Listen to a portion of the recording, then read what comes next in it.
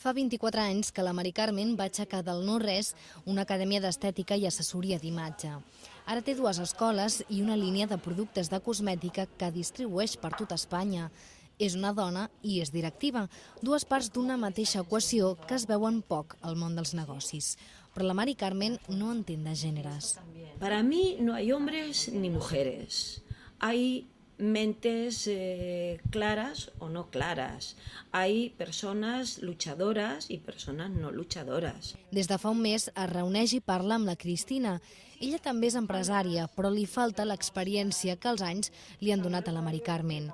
D'ella pot aprendre des de com parlar en públic a com fer de líder dins del seu equip. He estado mirando algunas de las cosas que estuvimos comentando en la primera reunión y la verdad es que, bueno, pues creo que ¿Has podido ha hacer servido. la memoria ja? Sí. Tampoc espero pòssimes màgiques ni una vareta màgica que a partir d'aquí tot sigui un camí de flors, no? Sinó conèixer, compartir inquietuds que una persona amb aquesta situació es troba. Com elles, també es reuneixen altres 49 parelles a tot Catalunya.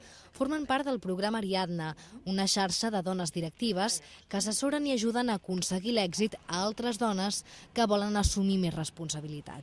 A Catalunya, només un 6,5% dels càrrecs directius estan ocupats per dones que sovint es troben soles en un món d'homes. Penseu que hi ha llocs professionals i de treball que estan molt masculinitzats. Però en la pràctica sí que és cert que això comporta certes diferències per la cultura, per l'educació, i hi ha dones que se senten soles i amb dificultats. De moment es tracta només d'una prova pilot.